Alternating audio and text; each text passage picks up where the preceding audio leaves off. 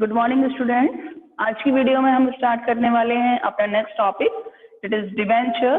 तो आज हम डिवेंचर्स के बारे में पढ़ेंगे, क्या इसकी इंपॉर्टेंस और लिमिटेशंस हो सकती हैं, किस तरीके से किसी कंपनी को डिवेंचर इश्यू करने चाहिए, क्या उसका प्रोसेस है और एक्चुअल में डिवेंचर होते क्या है, इसका क्या कंसेप्ट है। तो डिवेंचर इज नथिंग, डिवेंचर अपने आप में ऐसी कोई बहुत बड़ी चीज नहीं है। जस्ट लाइक इक्विटी शेयर्स जैसे मार्केट में इश्यू किए जाते हैं, वैसे ही ये भी क्या है, कैपिटल का एक छोटा सा पार्ट है। जब हम कैपिटल को अपने छोटे छोटे पार्ट में डिवाइड कर देते हैं, कैपिटल का एक छोटा सा पार्ट जो मार्केट में इश्यू किया जाता है और पब्लिक उसमें क्या करती है, मनी इन्वेस्ट करती है। Just like a share holder जैसे शेयर में मनी इन्वेस्ट करती है, वैसे ही पब्लिक किसमें मनी इन्वेस्ट करती है, डिवेंचर से।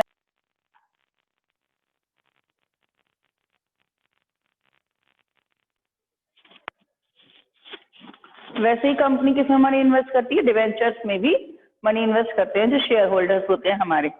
अच्छा, अब बस फर्क इतना है कि शेयर होल्डर जो है जब कंपनी में इक्विटी शेयर में मनी इन्वेस्ट करते हैं तो वो कंपनी के ओनर बन जाते हैं।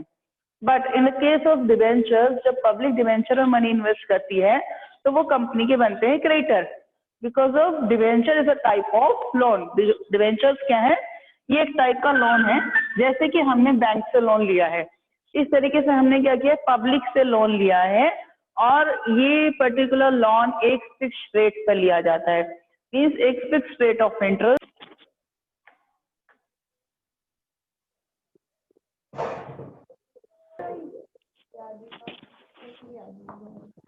डिवेंचर पे हमें क्या पे करना पड़ता है, एक फिक्स रेट से इंटरेस्ट हमको पे करना पड़ता है। जस्ट लाइक अ लोन, जैसे हम लोन पे बैंक को इंटरेस्ट पे करते हैं 10%, 20%, 25%, जो भी हमारी रेट फिक्स होती है बैंक के साथ, सेम वैसे ही हम यहाँ पर भी क्या करते हैं। In the case of debenture, public को एक फिक्स रेट से हमें क्या पे करना पड़ता है, इंटरेस्ट पे करना पड़ता है। वो इंटरेस्ट रेट हमारी कुछ भी हो सकती है और वो इंटरेस्ट रेट क्या होती है, डिवेंचर के नाम के साथ उसमें आगे लगा दी जाती है। जैसे 10% डिवेंचर कहीं भी लिखा जाएगा, डिवेंचर का नाम तो साथ में लिखा जाएगा उसकी इंटरेस्ट रेट 10% डिवेंचर।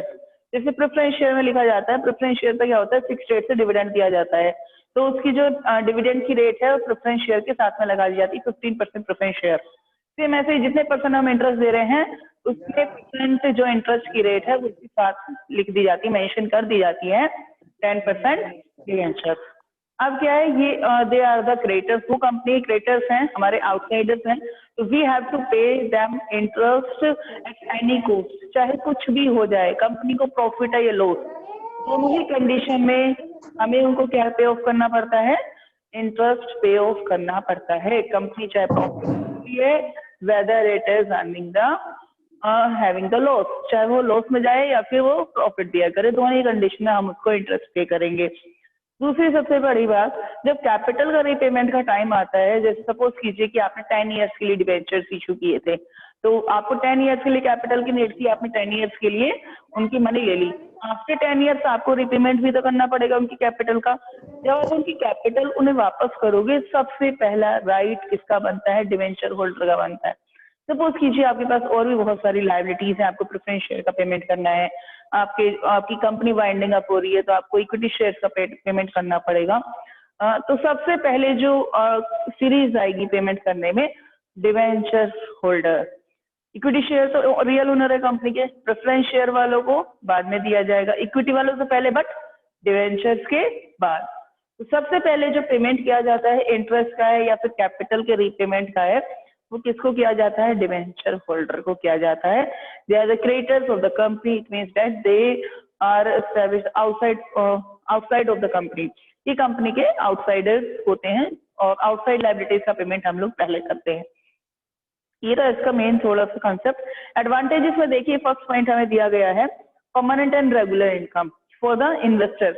अगर हम इन्वेस्टर्स के पॉइंट ऑफ व्यू से देखें, इन्वेस्टर्स के पॉइंट ऑफ व्यू से जो भी company as a debenture holder किसी कंपनी में मनी इन्वेस्ट करता है, सपोज कीजिए मैं हूं और मैंने किसी कंपनी के 10% डिवेंचर, 100 डिवेंचर उस कंपनी के परचेज कर लिए, मैंने 100 डिवेंचर्स मैंने परचेज किए हैं। तो जैसे ही मैंने उस कंपनी के 100 डिवेंचर्स परचेज किए, कंपनी के ऊपर जो है लायबिलिटीज चढ़ गई हैं, इट मीन्स दैट मुझे कि जो है हर महीने 10% इंटरेस्ट मिलना शुरू हो जाएगा। अब वो मुझे 10% आप डिपेंड करता है कि आप इंटरेस्ट मंथली दे रहे हैं, हाफ ईयरली दे रहे हैं, एनुअली दे रहे हैं, तो वो कंडीशंस अलग हैं, बट इंटरेस्ट मुझे मिलना शुरू हो जाएगा। तो ये इन्वेस्टर्स के लिए क्या है, एक रेगुलर इनकम है। इन्वेस्टर के लिए क्या है, रेगुलर इनकम। अगर हम इन्वेस्टर की पॉइंट ऑफ व्यू से देखें तो उनको प्रॉफिट है या फिर लॉस है, कंपनी की किसी भी कंडीशन से कोई फर्क नहीं पड़ता, सिर्फ और सिर्फ उनको क्या चाहिए, उनका पूरा इंटरेस्ट चाहिए। सेकंड पॉइंट है इसमें मोर सेफ इन्वेस्टमेंट। ये सबसे ज्यादा सेफली इन्वेस्टमेंट होता है, बिकॉज ऑफ इसमें हमें हमारा इंटरेस्ट भी टाइम पे मिल जाता है, कोई देरी नहीं होती, 100% मिलना ही मिलना है इंटरेस्ट, और कैपिटल का भी पेमेंट हमें प्रायोरिटी बेसिस पर मिलता है, प्रेफरेंस और इक्विटी से पहले। सो डेट्स वाई सबसे ज्यादा सेफ इन्वेस्टमेंट माना जाता है। Point number 3 is more liquidity.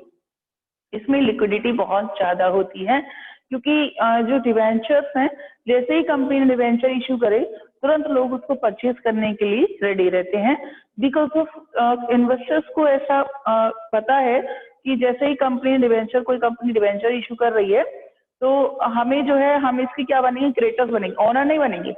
Owner को लॉस भी बियर करना पड़ता है, but you will become the creditor, और जैसे ही आप क्रेडिटर बने तो आपको आपका पेमेंट मिलना ही मिल रहा है। तो इसमें लिक्विडिटी थोड़ी सी ज्यादा होती है। आप कभी भी इनको कैश करा सकते हो डिवेंचर्स को। राइट ऑफ कन्वर्जन, एक और सबसे बड़ा राइट इन्वेस्टर्स को मिलता है, इस चीज का कन्वर्जन का राइट। वो चाहे तो जैसे किसी कंपनी में उन्होंने as a debenture holder money invest किया, उन्होंने डिवेंचर्स परचेज किए किसी कंपनी के, एज ए डिवेंचर होल्डर उन्होंने मनी इन्वेस्ट की, बट 1 साल बाद 2 साल बाद उनको ऐसा लगता है कि कंपनी बहुत प्रॉफिट दे रही है, बहुत अच्छा प्रॉफिट अर्न कर रही है कंपनी। इन दैट केस वो चाहे तो अपने डिवेंचर्स को प्रेफरेंस शेयर में या फिर इक्विटी शेयर में चेंज करा सकते हैं। कन्वर्जन की जो ऑप्शन है कन्वर्जन का, वो उनके पास अवेलेबल रहता है। ठीक, एक सेकेंड बस। इसके बाद हम आगे देखते हैं, कंपनी के लिए कुछ एडवांटेजेस दी गई हैं बेटा। First point is no interference in managerial activities. इनका कोई भी इंटरफेरेंस नहीं होता है मैनेजरल एक्टिविटीज में। मैनेजरल एक्टिविटीज में कोई इंटरफेरेंस नहीं होता, means that just like that, जैसे इक्विटी शेयर होते हैं हमारी कंपनी के, तो इक्विटी शेयर होल्डर जैसे ही कंपनी के ओनर बन गए, वो कंपनी की मैनेजरल एक्टिविटीज में पार्टिसिपेट कर सकते हैं। कंपनी में आए और कंपनी में आके देखते हैं कि कंपनी प्रॉफिट हो रहा है, लॉस हो रहा है, ये वाला जो डिसीजन बोर्ड ऑफ डायरेक्टर ने लिया है कंपनी के फेवर में है या फिर नहीं है। बट जो डिवेंचर होल्डर है वो तो आउटसाइडर्स है, क्रेडिटर्स हैं, उनका कोई राइट नहीं है कि वो कंपनी में आके किसी भी तरीके के मैनेजरल एक्टिविटीज में इंटरफेयर करें। ये कंपनी को सबसे बड़ा फायदा मिल जाता है, बाहर के लोगों से पैसे भी मिल जाते हैं, उनकी जो कलेक्शन था उनका वो भी हो गया, कैपिटल भी उनके पास आ गई, बट वो लोग क्या नहीं कर पा रहे हैं, इंटरफेयर भी नहीं कर पा रहे हैं। सपोज कीजिए मैंने अपने फादर से अपने बिजनेस में लगाने के लिए पैसे लिए, तो मेरे फादर क्या करेंगे, मैंने अपने फादर से क्या लिए, पैसे लिए बिजनेस में लगाने के लिए। अब जैसे मैंने अपने फादर से पैसे लिए, उन्होंने मेरे बिजनेस में अगर 10 लाख रुपीज लगाए, तो क्या वो मेरे बिजनेस में इंटरफेयर नहीं करना चाहेंगे? वो मुझसे पूछेंगे बार बार कि कितना प्रॉफिट अर्न हुआ है, कितना प्रॉफिट अर्न नहीं हुआ है, आप क्या कर रहे हो, क्या नहीं कर रहे हो, बिजनेस में कैसा चल रहा है। तो वो मेरे बिजनेस में क्या करना चाहेंगे, इंटरफेयर करना चाहेंगे। But in the case of debenture holder case में क्या होता है, हमने बाहर से, आउटसाइड से हमने पैसे इन्वेस्ट किए, बाहर से मनी ली, और हमारी कंपनी में क्या आ गई, कैपिटल आ गई, और कैपिटल हम अपने बिजनेस में लगा रहे हैं। अब क्या है, हमने उनको श्योरिटी दे दी 100% कि आपको इंटरेस्ट भी मिलेगा, आपको कैपिटल मिलेगी, हम चाहे प्रॉफिट अर्न करें या लॉस अर्न करें, चाहे लॉस में जाए या प्रॉफिट, कोई भी कंडीशन हो, आपको आपकी कैपिटल वापस मिल जाएगी।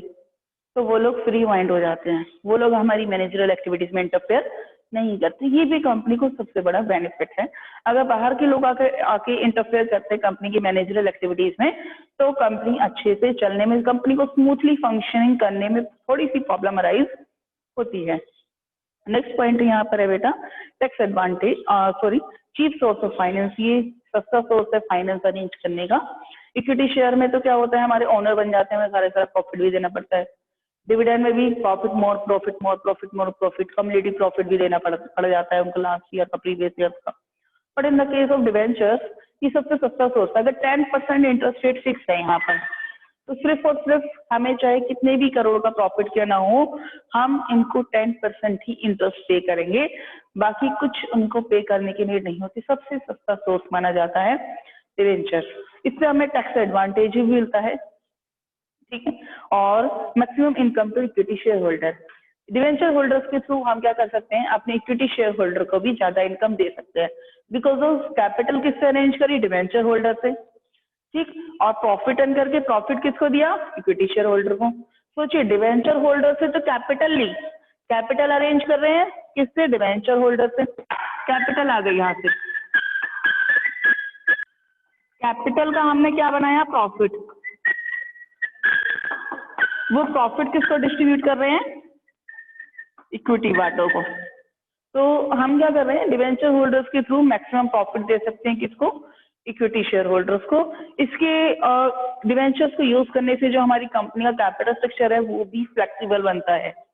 फ्लेक्सिबल क्यों बनता है हमारा कैपिटल स्ट्रक्चर, बिकॉज ऑफ हम इसको कभी भी इशू कर सकते हैं, और जितने साल के लिए हमें नीड है, 1 साल 2 साल 5 साल 10 साल, हम तब तक के लिए इसको इशू करें। आफ्टर डेट हम इसको क्या कर सकते हैं, रीपेमेंट कर सकते हैं कैपिटल का। हमें नीड नहीं है तो हम अपने पास नहीं रखेंगे।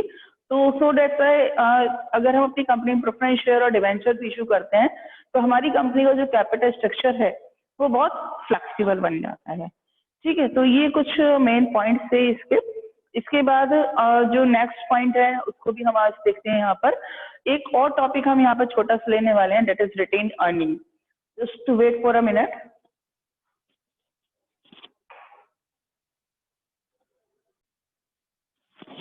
चलिए, next point is retained earning. ये हमारा नेक्स्ट छोटा सा टॉपिक आज हम ले रहे हैं।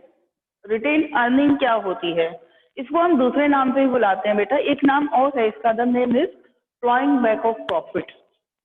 अब सोचिए जब यहाँ पे प्रॉफिट नाम आ रहा है तो कहीं ना कहीं ये जो वर्ड है वो प्रॉफिट से रिलेटेड है। ये किससे रिलेटेड है, प्रॉफिट से रिलेटेड है। रिटेन्ड अर्निंग का मीन हम नहीं जानते हैं, but we know the meaning of flow back. Flowing back का मीन्स क्या होता है, फ्लोइंग मीन्स जोतना, एक तरीके से जैसे खेत जोतते हैं, हल चलाना, तो उसको बोलते हैं फ्लोइंग करना, ठीक। क्या हमें चीज फ्लो करनी है, जोतनी है बैक दोबारा से, क्या चीज, प्रॉफिट। मीन्स जैसे हम अपना कोई बिजनेस चला रहे थे और हम अपना बिजनेस कैरी ऑन कर रहे हैं 1 साल 2 साल 5 ईयर्स हो गए हम अपना बिजनेस चलाते हुए।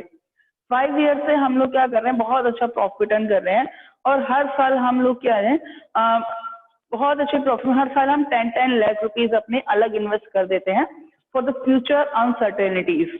सपोज कीजिए 5 ईयर्स हमारा बिजनेस चला, तो 5 ईयर्स में से 10 लाख रुपीज हमारे पास हर साल इकट्ठे हो रहे हैं। तो हमारे पास कितने रुपए हो गए, आफ्टर 5 ईयर्स 50 लाख रुपीज हमारे पास इन्वेस्टेड है।